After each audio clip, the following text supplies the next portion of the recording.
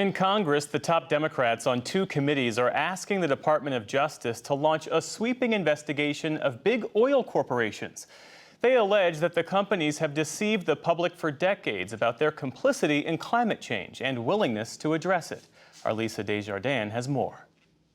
Senate Budget Chairman Sheldon Whitehouse and Congressman Jamie Raskin, the top Democrat on the House Oversight Committee, are asking for the kind of action that DOJ brought against tobacco companies about 20 years ago, but against big oil.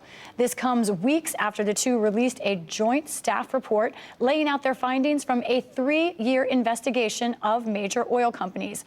And Congressman Raskin joins me now from Capitol Hill. Congressman, you're talking about evidence that more than 50 years ago, big oil companies knew about fossil fuels' connection to climate change.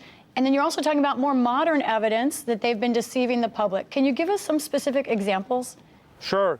50 or 60 years ago, they clearly understood that the burning of fossil fuels destabilized the climate and warmed the earth. And they made a very deliberate decision that rather than tell government and blow the whistle, they would try to suppress that evidence. And they suppressed the evidence. And then as other scientists and other places began to discover the relationship between fossil fuel combustion and increase in the Earth's temperature and climate change, they denied it and they tried to throw a blanket of uncertainty and confusion over the whole subject. And even after climate change became a well-accepted and well-acknowledged reality throughout the world of science, they have done whatever they can to try to undermine us making the policy decisions we need to make in order to break from the carbon economy and the carbon model and move to solar energy and wind energy and renewable systems. So we have very specific evidence of them taking all of those steps, and it goes on even to this day. So we had lots of evidence of it, and we want to turn it over to the Department of Justice. Congress obviously has to work on solutions going forward, as we did in the Infrastructure Act and the Inflation Reduction Act. But we want to make sure that this history is not swept under the rug. I know you also mentioned, for example, some of the public commitments by BP and other companies to the Paris Climate Agreement, and then evidence behind the scenes that they felt like there wasn't a commitment at all in there. But I want to talk about what you want to happen next. In your letter to the Department of Justice, you talk about past investigations, specifically the investigation into deceptive practices of the tobacco industry, which you say led to investigations and litigation by state attorneys general and the Department of Justice. That DOJ tobacco case, of course, was historic. It was a civil case. Are you saying here that you believe big oil is complicit in climate change and the harm from climate change in the way big tobacco was found to be harming Americans with cigarettes?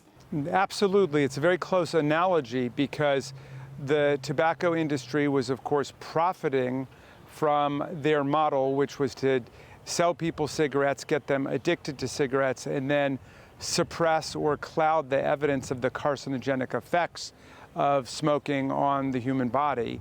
And here what we have is the entire gas and oil industry, and we're talking about ExxonMobil, BP, several other companies, which understood the way that fossil fuel combustion produced dramatic changes in the climate and warmed the climate in ways that have been costing humanity hundreds of billions of dollars, and the costs are only going up. And all of this is to the detriment of the public health and the public safety. So it's a very close analogy, but look, we're Congress, we're lawmakers, and we have to try to figure out how to get out of this mess. The whole question of civil or criminal liability or culpability lies exclusively with the Department of Justice, and we'll let them figure that out. We asked the major oil companies, of course, for comment. They did not respond to us. We also asked the American Petroleum Institute to come join us on the program. Unfortunately, they didn't respond to that, but they did give us a response to your letter, writing, "This is another unfounded political charade to distract from persistent inflation and America's need for more energy, including oil and natural gas. U.S. energy workers are focused on delivering the reliable, affordable oil and natural gas Americans demand, and any suggestion to the contrary is false." Obviously, moving to renewable fuels can't happen immediately. How do you respond to the oil industry saying that you're just playing politics here? Well, we're at levels of gas and oil production higher than we've seen before. And the economy remains deeply invested and engaged in carbon production. And look, the big gas and big oil are culpable primarily for their suppression of these clear scientific findings and facts that they knew of for decades. But all of us are implicated by virtue of our use of the carbon-producing fuels. So it's not primarily a moral problem in terms of how do we disengage from the carbon model and move to other forms of energy that are not going to present a dagger at the throat of humanity. But all of the scientists are agreed that we can't keep on going as we've been going on. Congressman Jamie Raskin, thank you for joining us. Thanks for your time. You bet.